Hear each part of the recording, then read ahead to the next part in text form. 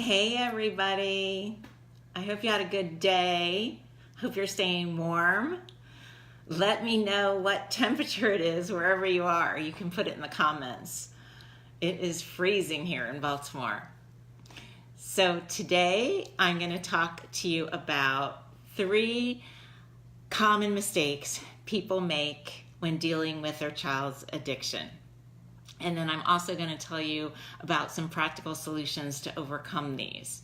And I'm excited to talk to you about this today because parents play a huge role in their child's recovery. There is so much you can do to contribute to their recovery. And you are either contributing to their recovery or to their addiction at any given time. I don't know if you knew that. If you know that, you put a 1 in the comments or just let me know. But you can either contribute to their addiction or to their recovery. And I'm Coach Kathy Stone. I help families and individuals with any kind of addiction or recovery issue achieve freedom and power so that they can live happy, purposeful lives. So the biggest, number 1 for the common mistakes are ignoring the problem, just not wanting to deal with it, thinking that it isn't that bad, thinking that it's not your problem, thinking that everybody else is doing it. But meanwhile, your child's attitude is changing. They're getting more rageful. They're possibly stealing from you. They're lying. They're changing. They're manipulating you for money. They might even be feeling a little depressed. This is not going to change. You have to do something different. I remember when I was I started when I was 15 years old.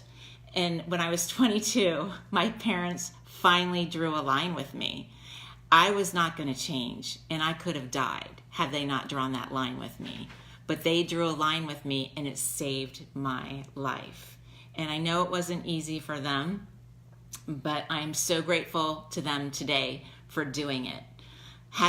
But they needed to do something different because I was not going to change. So it's hard to confront addiction because everyone argues and gets so defensive, and there's so much shame and stigma around it. But it only gets worse if you don't deal with it. So you need to start dealing with it. And your kids don't know what's best for them. They really don't. And a lot of times they are crying out for help. It's really a cry out for help. They're in a lot of pain and they need help. And they get very defensive, and they're going to be very angry, but they're going to be more angry if you don't do something about it. So it's amazing, like if your kids had cancer, you would do everything you could to help them. And you probably would learn as much as you could about the type of cancer they had. But addiction, it's like we ignore it. We ignore it, and then it gets so bad. And it just progresses. But if we would learn about it at the beginning and catch it in the early stages and learn how to deal with it, it wouldn't have to get so bad. So it's so important. Early intervention is so important to get educated, to learn how to talk to your loved one with addiction. Does this make sense? If it does, put a 2 in the comments. Number 2, this is a problem I see a lot, is parents feeling sorry for their kids. Maybe they feel bad because they went through a divorce, or maybe they feel bad that their child can't live the lifestyle that they gave them when they were growing up. And they pay for their cell phone bills, or they give them money because of the lifestyle that they have to lead. But paying for your kids' extra things when they are using drugs and alcohol is not serving them. Hey, Beth.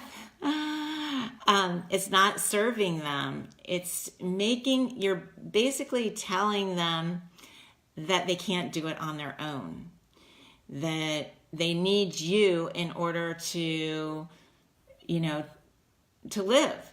And they don't.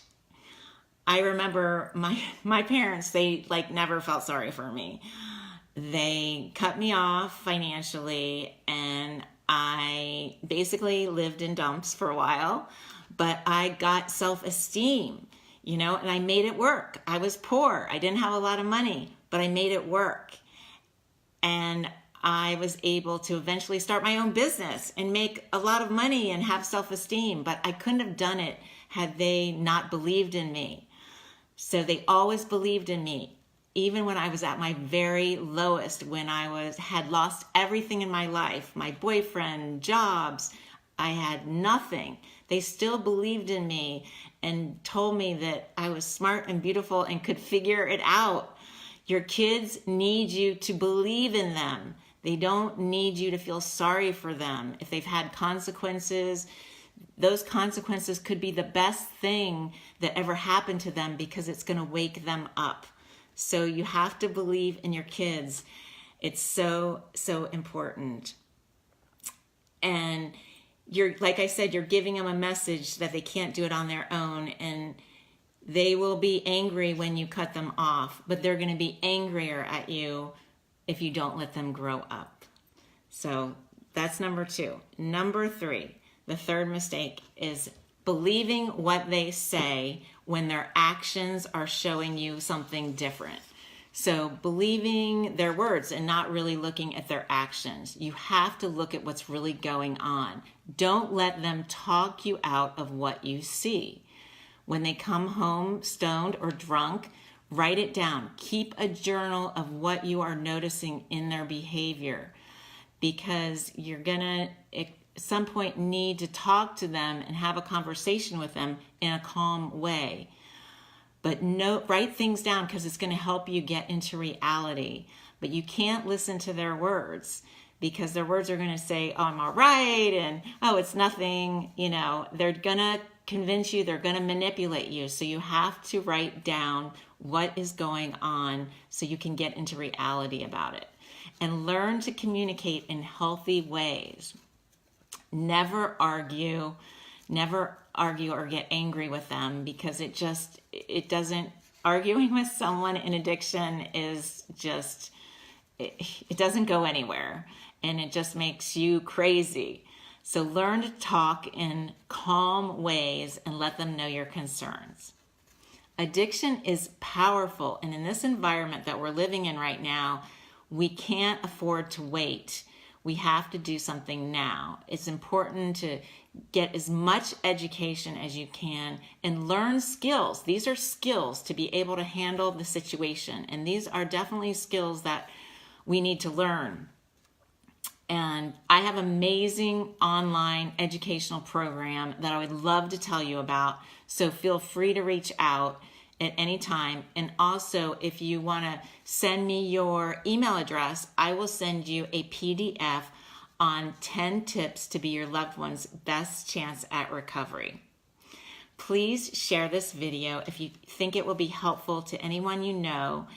And thank you so much for watching, and I'll see you next time.